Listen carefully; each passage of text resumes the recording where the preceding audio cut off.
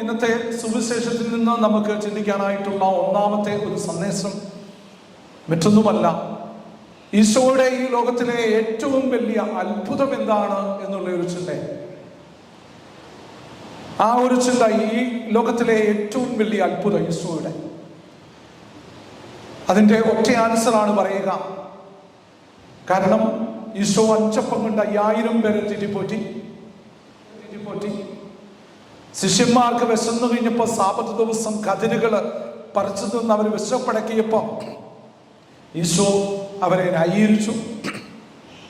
വിശപ്പിന്റെ വിളി എന്താണെന്ന് അറിയാവുന്ന തമ്പുരാൻ 40 ദിവസം ഉപവസിച്ച് പ്രാർത്ഥിച്ച ആ സമയത്ത് ഒത്തിരി വിശന്നെങ്കിൽ തന്നെ തനിക്ക് വേണ്ടി ഒരു അത്ഭുതവും പ്രവർത്തിച്ചില്ല എന്നുള്ളതാണ് ഈശോയുടെ ജീവിതത്തിലെ ഏറ്റവും വലിയ അത്ഭുതം. ഈശോ ഒത്തിരി അത്ഭുതങ്ങൾ പ്രവർത്തിച്ചു, പക്ഷേ ഈശോ തനിക്ക് വേണ്ടിയും ഒരു അത്ഭുതവും പ്രവർത്തിച്ചില്ല എന്നുള്ള വലിയ സത്യം. സ്നേഹമുള്ളവരെ, ഈ ഒരു ചിന്ത ഒന്നാമത്തെ സന്ദേശമായിട്ട് നമ്മുടെ മനസ്സിലേക്ക് നമുക്ക് സ്വീകരിച്ചു കഴിയുമ്പോൾ, രണ്ടാമത്തെ ഒരു ചിന്ത എന്ന് പറയുന്നത് ജീവൻ നിലനിർത്താൻ നമുക്ക് ഭക്ഷണം മാത്രമല്ല ആവശ്യം, വാക്കും ആവശ്യമാണ് എന്നുള്ളൊരു ചിന്ത. വാക്കിനാണ് കൂടുതൽ പ്രാധാന്യം എന്ന് പറഞ്ഞു തരുന്ന ഒരു വചനങ്ങൾ കൂടിയാണ് ഇന്ന് നമുക്ക് പറഞ്ഞു തരിക. നമുക്കറിയാം, നമ്മുടെ കുടുംബത്തില് നല്ല നല്ല വാക്കുകൾ, പ്രത്യേകിച്ച് 1-2 വാക്കുകൾ ഒരു ദിവസം നല്ല വാക്കുകൾ പറഞ്ഞ 24 മണിക്കൂറും നന്നായി ജീവിക്കാമെന്നാണ് പറയുക. ഒരു ആത്മപരിശോധന ഒന്ന് ചെയ്തു നോക്ക്. കാരണം ഒരു ദിവസമോ അല്ലെങ്കിൽ 2 ദിവസമോ 3 ദിവസമോ ഭക്ഷണമില്ലാതെ നമുക്ക് ജീവിക്കാനായിട്ട് സാധിക്കും. പക്ഷേ നല്ല വാക്ക് പറഞ്ഞാൽ അത് ജീവിതം മുഴുവൻ നമുക്ക് നന്നായി ജീവിക്കാനായിട്ടുള്ള വലിയ ഒരു ഇൻസ്പിറേഷൻ കിട്ടുമെന്നാണ് പറയുക. അതുകൊണ്ട് തന്നെ നമ്മുടെ ആ വാക്കിനെ കുറിച്ചുള്ള ഒരു എക്സാമിനേഷൻ ഓഫ് കോൺഷ്യൻസ് നടത്തി നോമ്പിലേക്ക് ഒന്ന് തിരിഞ്ഞു നോക്കാം എന്നുള്ളൊരു ചിന്തയാണ് മനസ്സിൽ വരിക. പ്രത്യേകിച്ചൊന്ന് നോക്കുക, ഒരു ആത്മപരിശോധന ചെയ്യുക. ഇന്ന് എൻ്റെ വീട്ടിൽ ഇന്ന് ഞാൻ ഏതെങ്കിലും രീതിയിലൊരു വേദന എൻ്റെ മനസ്സിലുണ്ടോ?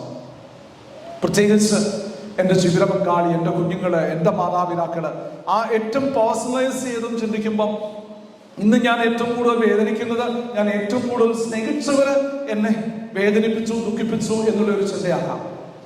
അതുകൊണ്ട് തന്നെ നമുക്കറിയാം, അതിനൊരു പരിഹാരം എന്നതുപോലെ ആ വേദനിപ്പിച്ചവരുടെ വേദന മാറ്റാൻ, എൻ്റെ കുടുംബത്തിൽ സമാധാനമുണ്ടാകാൻ നല്ല 2 വാക്കുകൾ പറയുക എന്നുള്ളൊരു കാര്യമാണ്. ഒരു ദിവസം ഒന്ന് അവയർനെസ്സോടുകൂടി, പ്രത്യേകിച്ച് നോമ്പ് കാലത്ത് പ്രവേശിക്കുന്ന ഏറ്റവും അടുത്തൊരു അവസരത്തില്, ഈ നോമ്പ് കാലം ഭക്ഷണത്തേക്കാൾ ശ്രേഷ്ഠം വാക്കാണ് എന്ന് നമ്മളെ പഠിപ്പിക്കുന്ന ഇന്നത്തെ തിരുവചനത്തില് ഈ വചനം നമുക്ക് പ്രാക്ടിക്കലാക്കാൻ, പ്രത്യേകിച്ച് വേദനിക്കുന്നവരെ അടുത്ത് വിളിച്ചിരുത്തി 2 നല്ല വാക്കുകൾ പറയാനായിട്ടുള്ള വലിയ ഇൻസ്പിറേഷൻ ഈശോയെ തരണേ എന്നുള്ള പ്രാർത്ഥന മനസ്സിൽ നമുക്ക് സൂക്ഷിക്കാം. മൂന്നാമത് നൽകുന്ന ഈ സുവിശേഷം നൽകുന്ന കാര്യം വളരെ ക്രിസ്റ്റൽ ക്ലിയർ ആണ്. ഈശോയുടെ 3 പരീക്ഷണത്തെ കുറിച്ച്, ഈ പ്രലോഭകനായ പിശാച് ഈശോയെ ടെംപ്റ്റ് ചെയ്യുന്ന 3 രീതിയിലുള്ള ആ പ്രലോഭനത്തെ കുറിച്ച് ഇന്ന് നമ്മൾ ചിന്തിക്കുന്നു. നമുക്കറിയാം, അതേ പ്രലോഭനങ്ങൾ, അതേ ടെംപ്റ്റേഷൻ ഈശോയുടെ ജീവിതത്തിൽ മാത്രമല്ല നമ്മുടെ ജീവിതത്തിലും ഉണ്ടാകും. നമ്മുടെ ജീവിതത്തിൽ ഉണ്ടാകുന്ന എല്ലാ ടെംപ്റ്റേഷനും ഈ 3 രീതിയിൽ വേണമെങ്കിൽ നമുക്ക് വ്യാഖ്യാനിച്ചെടുക്കാൻ പറ്റും എന്നുള്ള വലിയ ചിന്തയായി ചോദരുക. നമുക്കറിയാം, ഒന്നാമത്തെ ടെംപ്റ്റേഷൻ എന്ന് പറയുന്നത് ഭക്ഷണത്തിന്റെ, ശരീരത്തിന്റെ ഒരു ടെംപ്റ്റേഷനാണ്. അത് ഈശോയ്ക്ക് മാത്രമല്ല, നമ്മുടെ ജീവിതത്തിലുണ്ട്. നമ്മുടെ ഏറ്റവും വലിയ ടെംപ്റ്റേഷനും ഇത് തന്നെയാണ്, ശരീരത്തിന്റെ, ഭക്ഷണത്തിന്റെ രീതി. നമുക്കറിയാം, ഈ നോമ്പ് കാലത്തിലേക്ക് പ്രവേശിക്കുമ്പോൾ ആ ടെംപ്റ്റേഷൻ മാറ്റാൻ വേണ്ടിയാണ് നമുക്ക് ഇഷ്ടമുള്ള ഭക്ഷണ പദാർത്ഥങ്ങൾ ഒക്കെ നമ്മൾ നോ പറയുക. നോ പറയുക എന്നുള്ളതാണ് നോമ്പിന്റെ ഏറ്റവും വലിയൊരു വെല്ലുവിളി. നമുക്കറിയാം, ഏറ്റവും ഇഷ്ടമുള്ള നമ്മുടെ ഇറച്ചിയും മീനും അതുപോലെ തന്നെ മുട്ടയും പാലും ഒക്കെ ഒരു 50 ദിവസത്തേക്ക് എനിക്കത് സാധിക്കും. എൻ്റെ വീട്ടിൽ ഇഷ്ടം പോലെയുണ്ട്, പൈസ ഞാൻ മേടിച്ചു വെച്ചിട്ടുണ്ട്. പക്ഷേ അതൊന്നും വേണ്ട എന്ന് പറയാം, നോ എന്ന് പറയാം അതിലുള്ള തൻ്റെ ഇടം ആ തൻ്റെ ഇടമാണ് എനിക്ക് തോന്നുന്നു പലപ്പോഴും നമുക്ക് നഷ്ടപ്പെടുന്നത്. ഇത് ഭക്ഷണത്തിന്റെ കാര്യത്തിൽ മാത്രമല്ല, നമ്മുടെ സോഷ്യൽ മീഡിയയുടെ കാര്യത്തിലും അതുപോലെ തന്നെ നമ്മുടേതായ രീതിയിൽ എന്റർടൈൻമെന്റിന്റെ കാര്യത്തിലും ഒക്കെ ഏതൊക്കെ മേഖലകളിലാണ് നമുക്ക് ടെംപ്റ്റേഷൻ വരിക, ശരീരത്തിന്റെ അതുപോലെ തന്നെ ഭക്ഷണത്തിന്റെ മേഖലകളിൽ വരുന്ന ടെംപ്റ്റേഷൻ ഒന്ന് സ്റ്റോപ്പ് ചെയ്യാൻ ഈശോയുടെ ടെംപ്റ്റേഷൻ തന്നെയാണ് നമ്മുടെ ടെംപ്റ്റേഷൻ എന്ന് പറഞ്ഞിട്ട് ഒരു എക്സാമിനേഷൻ ഓഫ് കോൺഷ്യൻസ് നടത്തുക. ഇനിയുള്ള 50 ദിവസം എനിക്ക് നോമ്പ് നോക്കണം. ആ തൻ്റെ ഇടം കാണിക്കാനായിട്ടുള്ള നട്ടല് എനിക്കുണ്ടോ? കാരണം എൻ്റെ ജീവിതത്തിൽ ആവശ്യം, ഒരുപക്ഷേ ഇനി തുടർന്നുള്ള എൻ്റെ ജീവിതത്തിൽ വലിയ രോഗാവസ്ഥയിൽ നിന്നൊക്കെ രക്ഷപ്പെടാനായിട്ട് തമ്പുരാൻ കിട്ടുന്ന ഒരു വലിയൊരു സാഹചര്യമാകാം. നമുക്കറിയാം പല രീതിയിലും ഒരു 50 ദിവസം നമുക്ക് ഇഷ്ടമുള്ള ഏതെങ്കിലും രീതിയിൽ ഈ കാര്യങ്ങൾ മാറ്റിവെച്ചു കഴിഞ്ഞാൽ നമ്മുടെ ആരോഗ്യം വീണ്ടെടുക്കാനായിട്ട് നമുക്ക് സാധിക്കുമെന്ന് നമുക്കറിയാം. കാരണം ആവശ്യമില്ലാത്ത രീതിയിൽ കുറേ സന്തോഷത്തിന്റെ പുറകെ അതുപോലെ തന്നെ ആഘാടത്തിന്റെ പുറകെ ആഘോഷങ്ങളുടെ പുറകെ ഒക്കെ നമ്മൾ പോയി കഴിയുമ്പോൾ ആവശ്യമില്ലാത്ത കുറേ കാര്യങ്ങൾ നമ്മൾ തിന്നതിന്റെ വെളിച്ചത്തിലാകാം ഇന്ന് ഒരു തരത്തിൽ ശാരീരിക അസുഖങ്ങൾ വന്നത്, വളരെ മാരകമായ അസുഖങ്ങൾ പിടിപെട്ടത്, നമ്മുടെ ആയുസ്സിന്റെ ചിലപ്പോൾ വർഷങ്ങൾ കുറഞ്ഞു പോയതിന് കാരണം ഇന്ന് ഈ നോമ്പിലേക്ക് പ്രവേശിക്കുമ്പോൾ ഈ പേതൃത്വ ഞായറാഴ്ച ഇന്ന് വളരെ അല്ലെങ്കിൽ നമുക്ക് ഇഷ്ടമുള്ള ഭക്ഷണങ്ങളൊക്കെ കഴിക്കുമ്പോൾ ഇനി പ്രാർത്ഥന, പരിഹാരം, പ്രായശ്ചിത്തം എന്നീ ഈ മേഖലകളിലേക്ക് നമ്മളെ തന്നെ ഒന്ന് ഒരുക്കാം. ആത്മാർത്ഥമായിട്ട് പ്രാർത്ഥിക്കുക.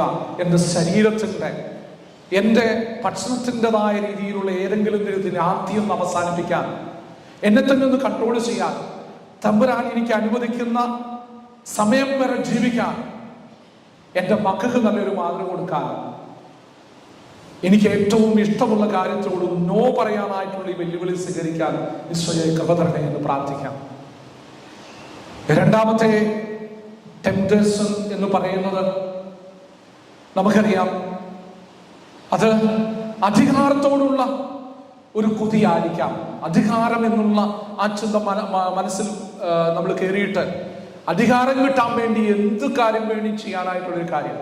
അത് നമ്മുടെ ഫാമിലി യൂണിറ്റിന്റെ പ്രസിഡന്റ് തൊട്ട് അമേരിക്കൻ പ്രസിഡന്റ് എന്നുള്ളൊരു ചിന്ത വരെ നമുക്ക് ചിന്തിക്കുമ്പോൾ ഈ മേഖലകളിൽ അധികാരം, സ്ഥാനമാനം, അധികാരം കിട്ടിയത് നിലനിർത്താൻ, അത് തുറന്നുകൊണ്ടു പോകാൻ, അതുപോലെ തന്നെ വീണ്ടും വീണ്ടും കിട്ടാൻ നമ്മുടെ ആഗ്രഹം തീർച്ചയായിട്ടും അതിനകത്ത് വരുന്നത്.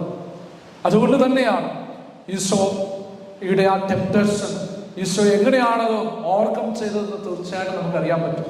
കാരണം പിശാചിന് മുമ്പേ ഒന്ന് തലകുനിച്ച് നീ എന്ന് കുമ്പിട്ട് ആരാധിച്ചാൽ ഈ ലോകം മുഴുവൻ അല്ലെങ്കിൽ ഈ പ്രതാപങ്ങൾ മുഴുവൻ ഈ അധികാരം മുഴുവൻ നിനക്ക് തരാൻ പറ്റും എന്ന് പിശാച് പറഞ്ഞപ്പം ഈശോ നോ എന്ന് പറഞ്ഞത് കാരണം നിന്റെ ദൈവമായ കർത്താവിനെ മാത്രമേ ആരാധിക്കാവൂ എന്ന് പറഞ്ഞ ഒരു സാഹചര്യം. അതുകൊണ്ട് തന്നെ വലിയ അധികാര കുതിയൊന്നും വേണ്ട. വന്നു ചെയ്യുന്നതാണെങ്കിൽ തമ്പുരാന്റെ കൃപയനുസരിച്ച് എന്നെ ഏൽപ്പിച്ചിരിക്കുന്ന റെസ്പോൺസിബിലിറ്റി അതിന്റെ പൂർണ്ണതയിൽ ചെയ്യാം. എല്ലാവരെയും കൂടി ഒരുമിച്ച് കൂട്ടാൻ, പ്രത്യേകിച്ച് ഞാനൊരു ഫാമിലി മാൻ ആണെങ്കിൽ എൻ്റെ കുടുംബത്തെ എല്ലാവിധ പ്രലോഭനങ്ങളിൽ നിന്നും ഒന്ന് കാത്തു സൂക്ഷിക്കാൻ നല്ലൊരു കുടുംബനാഥനായി മാറി, അതുപോലെ തന്നെ നല്ലൊരു അമ്മയാണെങ്കിൽ എനിക്ക് തമ്പുരാൻ തന്നിരിക്കുന്ന മക്കളെ അവരെവിടെയാണേലും അവർക്ക് വേണ്ടി ഒന്ന് പ്രാർത്ഥിക്കാൻ, അവരെ ഒന്ന് കണ്ണു തുറന്നു നോക്കാൻ ഈശോയെ കൃപ തരണേ എന്ന് പ്രത്യേകം പ്രാർത്ഥിക്കാം.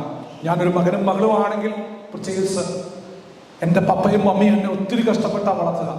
അവരുടെ കണ്ണീരിന്റെ ഫലമാണ് എനിക്ക് അവർക്കില്ലാത്ത പല സാഹചര്യം എനിക്കുണ്ട്. ഞാൻ ഏറ്റവും നല്ല മിടുക്കനായി മിടുക്കിയായി മാറണം.